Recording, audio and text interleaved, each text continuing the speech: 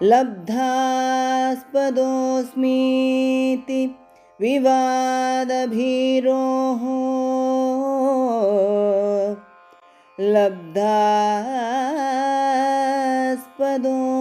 लब्धास्पदोऽस्मीति विवादभीरोः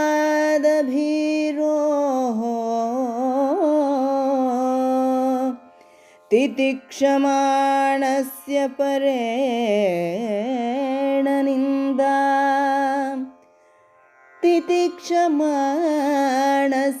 परेण निन्दा यस्यागमः केवलजीविकायै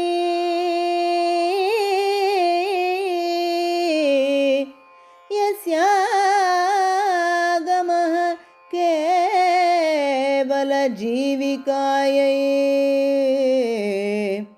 यस्यागमः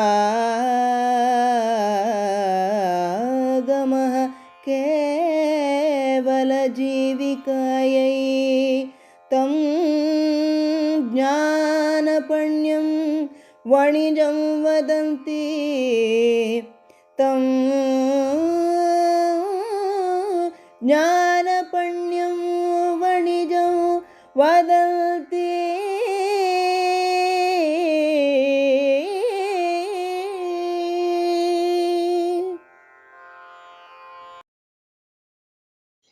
ಶ್ರೀ ಗುರುಭ್ಯೋ ನಮಃ.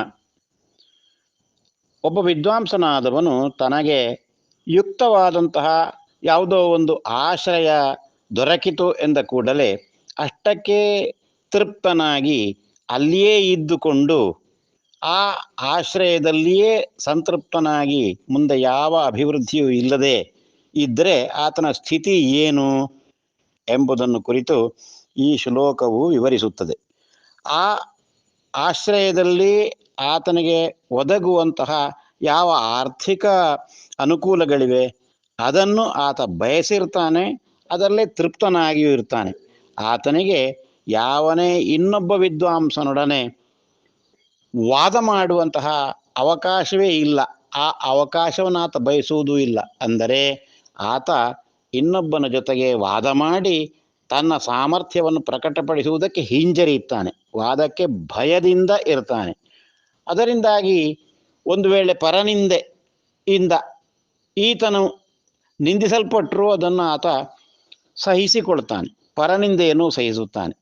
ಪರನಿಂದೆಯನ್ನು ಸಹಿಸುವಂತಹದ್ದು ನಿಜವಾದ ಪಂಡಿತನ ಲಕ್ಷಣವಲ್ಲ.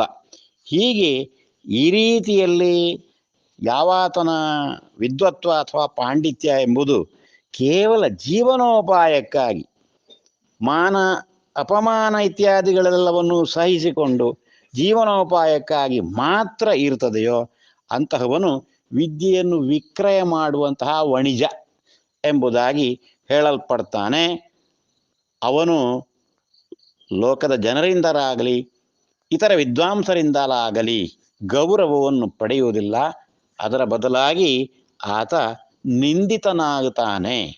ಇದು ಒಬ್ಬ ವಿದ್ವಾಂಸನಿಗೆ ಹೇಳಿಸಿದಂತಹದ್ದಲ್ಲ ಎಂಬ ಅರ್ಥವನ್ನು ಈ ಶ್ಲೋಕದಲ್ಲಿ ಇರಿಸಿ ಈ ಸುಭಾಷಿತವನ್ನು ಹೇಳಲಾಗಿದೆ. ನಮಸ್ಕಾರ.